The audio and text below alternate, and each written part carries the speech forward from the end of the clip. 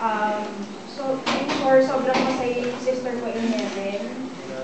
Ano ba masasabi ko kay Belen?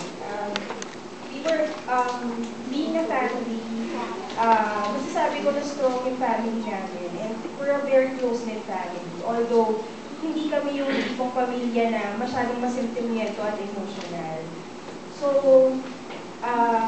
bago nangyari lahat yung pagbaybay ni Dayan sa amin, last November, siguro, hindi ko alam, for the past several years, I've been so busy working, and I haven't really spent time with my family na as much as I used to, and I wasn't really going to church.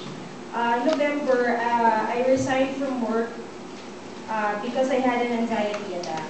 I would have episodes parang every now and then.